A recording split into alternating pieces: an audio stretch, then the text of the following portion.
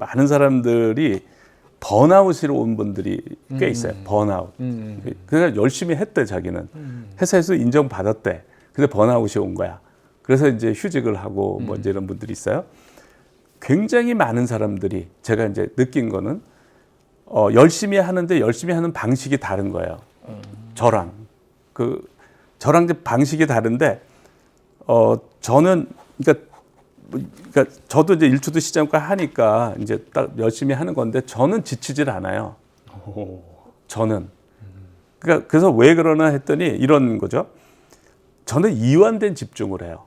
이완된 집중. 네, 그러니까 슬로우 싱킹이라고 제가 이름을 붙였어요. 그러니까 내가 생각하는 방식하고 다른 사람이 생각하는 방식이 다르더라고요. 그러니까 저는 힘을 완전히 빼고 쉬는 듯이 생각을 해요.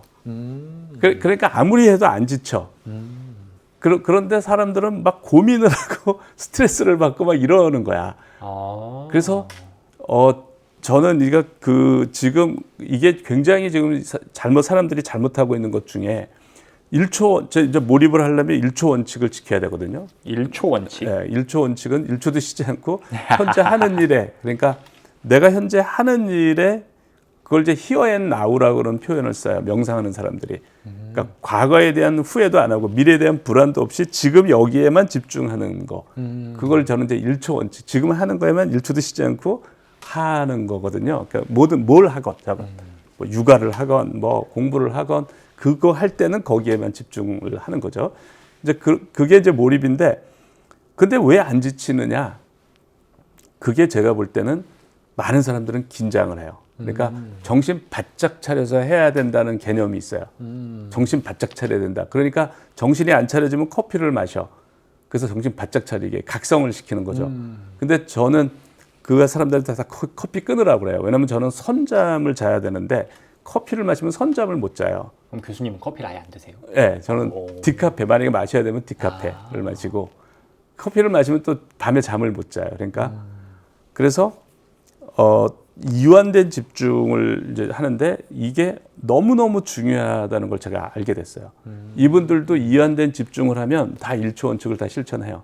그러니까 이완된 집중을 안 하고 1초 원칙을 하면은 이제 엄청난 스트레스를 받고 번아웃이 오죠.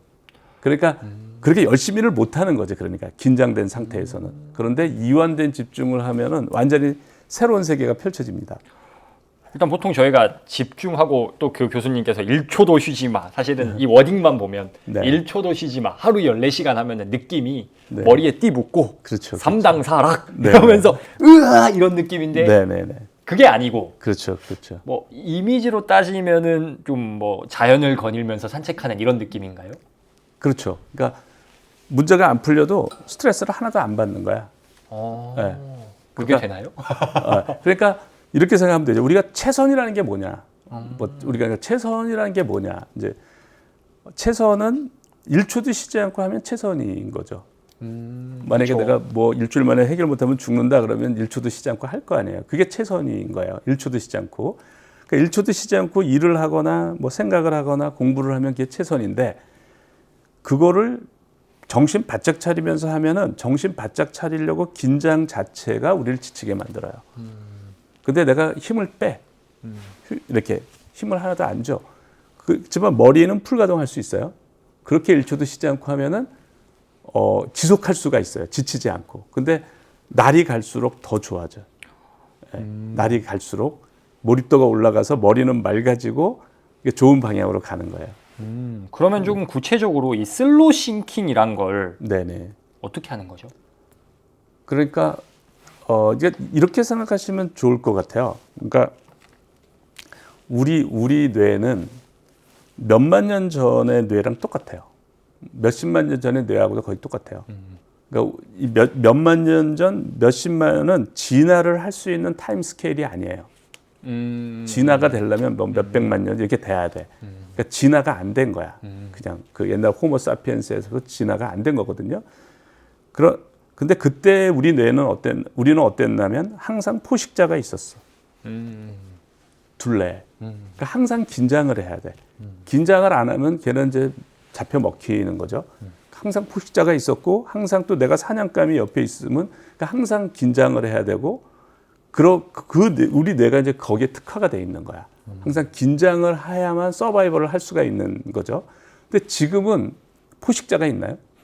우리가 사냥을 해야 되나요? 그냥 하루 세끼 그냥 다 이렇게 되잖아요. 냉장고에 넣었다가.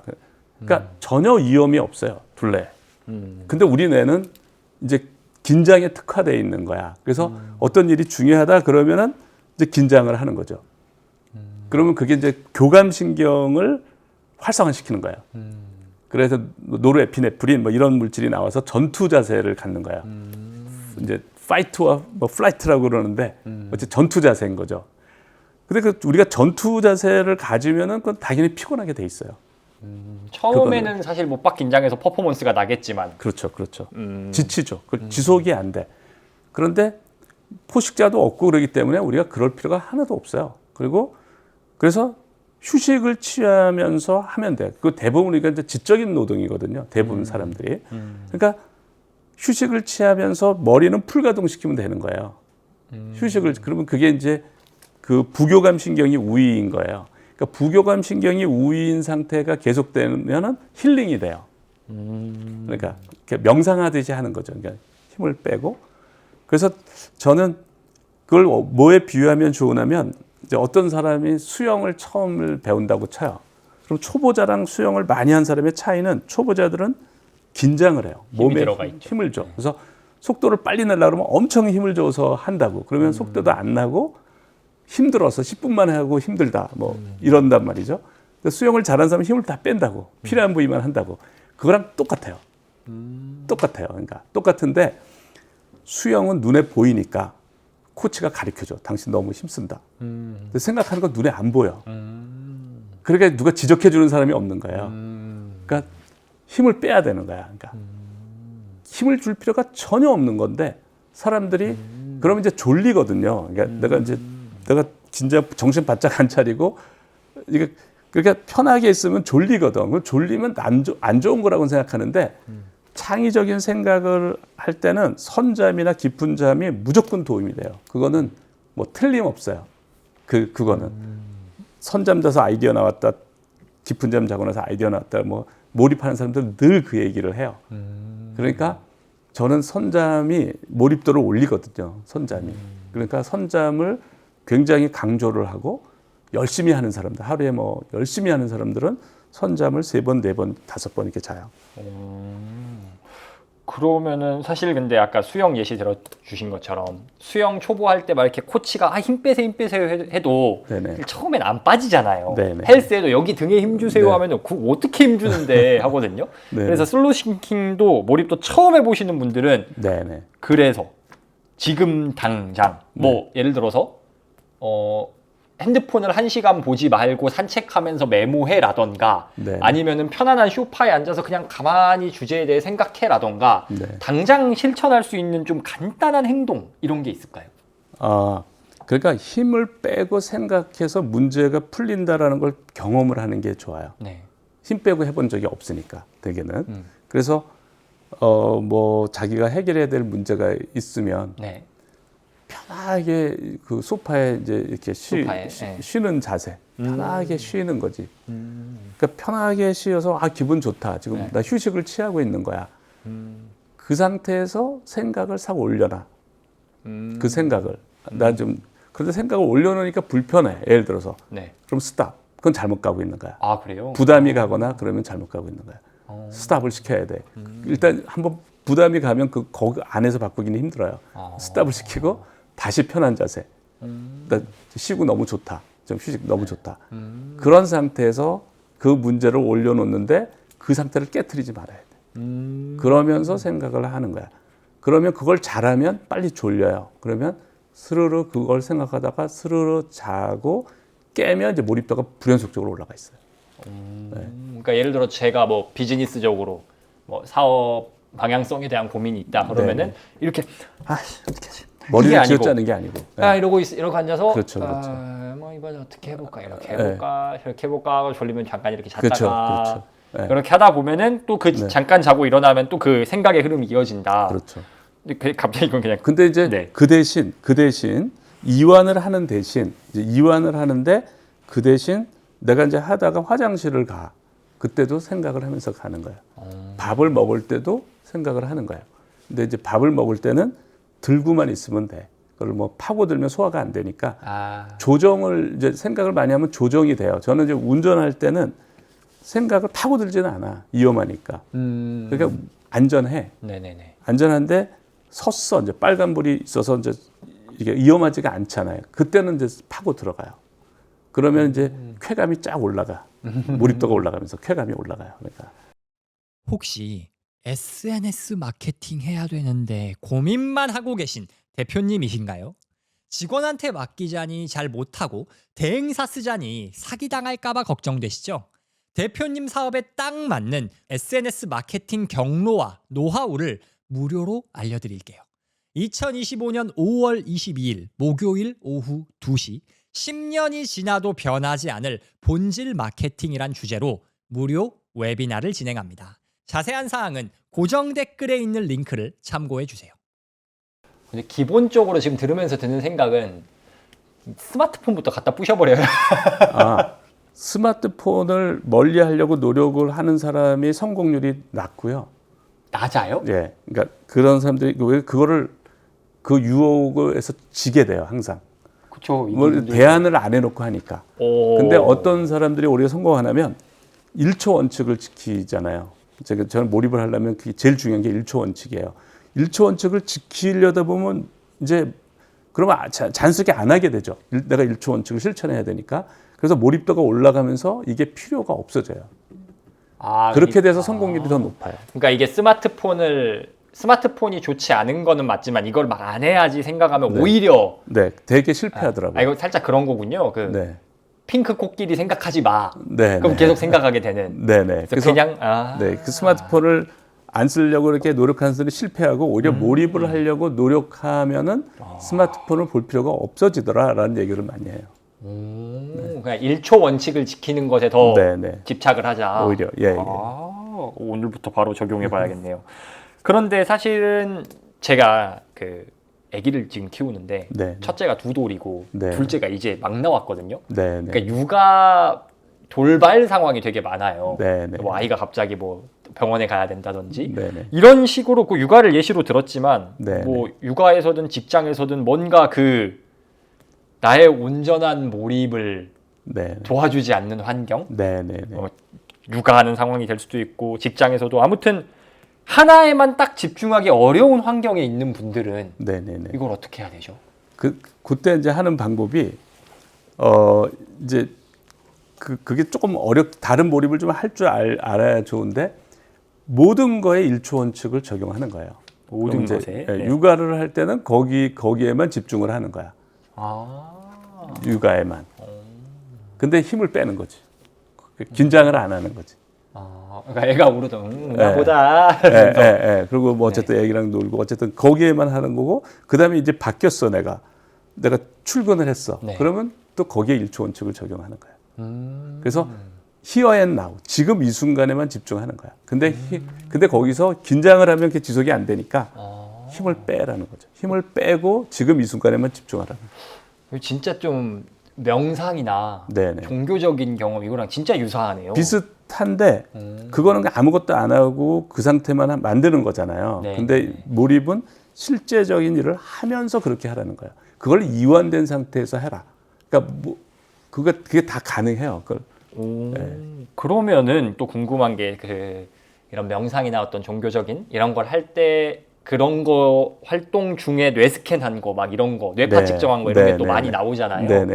몰입을 할 때 뇌 변화와 그런 어떤 종교적인 경험이라거나 그런 자신에게 집중하는 이때 뇌 변화 이게 뭐 비슷하게 나오나요? 아니면 다른 점이 있나요? 그게 몰입 두 번째 얘기에 소개가 됐는데 예전에 SBS 몰입 스페셜이라는 프로가 있었어요. 그게 2007년인가 그랬던 것 같아요. 몰입 최고의 나를 만나다라고 하는 이제 몰입 스페셜인데 그분들이 와서 이제 저한테 TV에서는 보여줘야 된대. 교수님이 몰입하는 거를 그래서 뇌가 바뀔 거 아니에요. 그래서 뇌를 촬영을 하자는 거예요. 제 몰입을 할 때. 교수님의 뇌를. 몰입할 때. 그리고 저뿐만 아니라 또 이렇게 몰입하는 다른 분들을 다 이렇게 섭외를 했어. 뭐 어떤 분은 뜨개질을 몰입하고 막 이제 게임에 몰입하고 이제 이런 거죠. 그래서 이제 뇌를 이제 찍게 됐어요.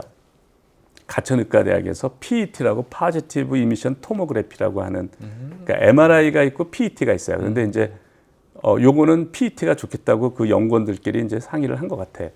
그래서 이제 PET를 찍었어. 그래서 그게 잠깐 거기 나와요. 그 조정희 교수님이 이제 제 뇌가 오른쪽 전두엽의 오른쪽이 활성화가 되고 두정엽이 비활성화가 되는 게 나와요. 몰입을 하니까 예, 사진 PET 사진이. 네. 네. 그리고 이제 TV에서는 복잡하니까 전두엽 활성화만 언급을 했어요. 네. 전두엽 활성화만. 그런데 그 연구원들이 자료를 저한테 보내준 게 있고 제가 또 그 내용을 알아요. 제가 뇌과학을 공부하면서 그러니까 신은 왜 우리 곁을 떠나지 않는가는 앤드류 뉴버그라는 사람이 쓴 책이 있는데 제가 이제 그 책을 읽으면서 저도 알고 있는 내용인데 앤드류 뉴버그가 이분이 신경신학자예요. 그러니까 신경, 뉴로사이언스를 전공하면서 종교를 연구하는 분이야. 예, 그런데 이분이 종교적 예를 들어 티벳 승려, 이제 고도의 종교적 상태에서 뇌를 찍어요. 그다음에 프란체스코의 수녀들이 고도의 종교적 상태의 뇌를 찍어. 공통점이 있는데 전두엽 오른쪽이 활성화가 되고 두정엽이 비활성화가 되는 거예요. 똑같네요. 그걸 종교적 상태라고 그래요. 네. 네, 그거를. 그래서 똑같이 나오는 거예요. 그거랑. 근데 저는 종교가 없는데 너무 종교적 감정이 느껴져요. 그러니까 종교적 감정이 느껴져서 제가 어떤 느낌이냐면 내 주위에서 막 종교가 이렇게 생긴 것 같아요. 막 이렇게 얘기를 했어요. 너무 저는 종교적인 사람이 아닌데 종교적 감정이라는 건 내가 알거든요. 그러니까 어떤 식이냐면 이런 식이더라고요. 내가 이 연구를 해요. 지금 이거에 대해서 지금 몇 달간 여기에만 몰입을 해. 그러면 이게 이제 처음에 행복하고 이제 좋죠. 이거 생각하는 것도 재밌잖아요. 그게 이제 계속되잖아요. 몇 주 막 이렇게 되면 가장 그러니까 행복감의 가장 높은 단계가 신성함을 느끼는 거예요. 이게 신성하게 느껴져. 내가 지금 고민하고 있는 이 문제가. 내가 애를 잉태한 것 같아. 그리고 나는 상대적으로 비천하게 느껴져요. 나는. 그럼 이게 종교적인 읽어보면 뭐 비천한 나를 어떻게 하시죠? 뭐 이렇게 얘기가 나오잖아요. 나는 비천하게 느껴지고 얘는 신성하게 느껴져. 그래서 내가 죽으나 하루살이가 죽으나 세상은 변화가 없지만 이것만큼은 세상에 알려야 된다. 이런 생각이 드는 거야. 그러니까 이게 내 목숨보다도 더 중요하게 느껴지고 그래서 소명의식이 생기는 거예요. 그러니까 그 소명의식이 생기면 그다음부터는 그 연구를 하는 것 자체가 행복이야. 그 기회가 주어지는 것 자체가 너무 이렇게 되거든요. 이거를 제가 처음에는 A라는 연구를 할 때 이제 이걸 경험하는 거예요. 그때는 이게 정말 중요하다고 생각해. 그때는. 그런데 내가 이제 이걸 다 이제 끝냈어. 여기다 몰입을 해. 똑같아. 이때 느꼈던 감정이 똑같아. 신이 바뀌었어요. 그렇게 또 되는 거예요. 그리고 또 이걸 끝내고 또 이걸 하면 똑같아. 이런 일이 계속 벌어지는 거예요. 그래서 그러니까 이 몰입도가 올라가면서 처음에는 할만하다. 그러니까 지겹지가 않다. 할만하다. 즐겁다. 그다음에 흥분된다. 뭐 행복하다. 그다음에 간격을 하고 막 눈물이 나오면 이게 간격을 하는 거예요. 그러니까 신성하게 느껴지고 그래서 제일 높은 단계가 신성함을 느끼는 거더라고요. 이렇게. 그래서 그래서 저는 그게 이제 종교적 감정이라는 걸 제가 알겠더라고요. 종교적 감정이라는 건 그때는 저는 이제 어떤 거냐면 제가 이제 종교가 없고 제가 연구를 하잖아요. 네. 제 연구에 이제 인생을 던지게 되잖아요. 몰입을 한다는 거는. 그러니까 이제 누구를 존경하게 되냐면 뉴턴, 아인슈타인 같은 분을 존경하게 돼요. 이제 그분들이 창의성의 끝판왕이잖아. 그러니까 그분들은 이제 이렇게 생각이 드는 거죠. 거의 그 과학의 신과 같은 이제 사람이란 말이죠. 그분들에 대한 존경심이 얼마나 깊은지 모를 정도로 이제 올라가요. 그러니까 그래서 제가 한참 몰입할 때 뉴턴의 자서전을 읽게 됐어요. 어린애들이 읽는 거야. 초등학생들이 읽는 거를 우연히 읽게 됐어, 제가. 그전에는 뉴턴의 그 어린 시절을 잘 몰랐어요. 근데 어린 시절에 뉴턴이 그 아버지가 뱃속에 있을 때 전쟁에 가서 죽었어요. 아버지가. 그리고 어머니가 뉴턴 3살 때, 그러니까 서양 나이 3살이면 우리 나이로 5살. 그때 이웃집 목사님 그 목사님이 또 창처를 해가지고 애는 많은데 거기에 시집을 간 거야. 재혼을 한 거죠. 뉴턴의 어머니가. 네. 그러니까 뉴턴을 할머니가 키워.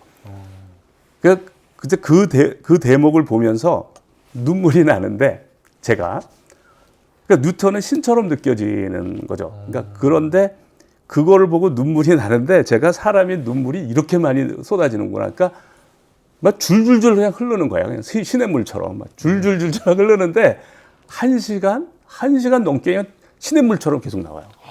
어제 깜짝 놀랐어요. 그러니까 사람의 눈물이 이렇게 많은가 할 정도로 막 그러니까 만약에 그걸 담았으면 소주 한 병, 그러니까 한 잔 정도는 나왔을 것 같아.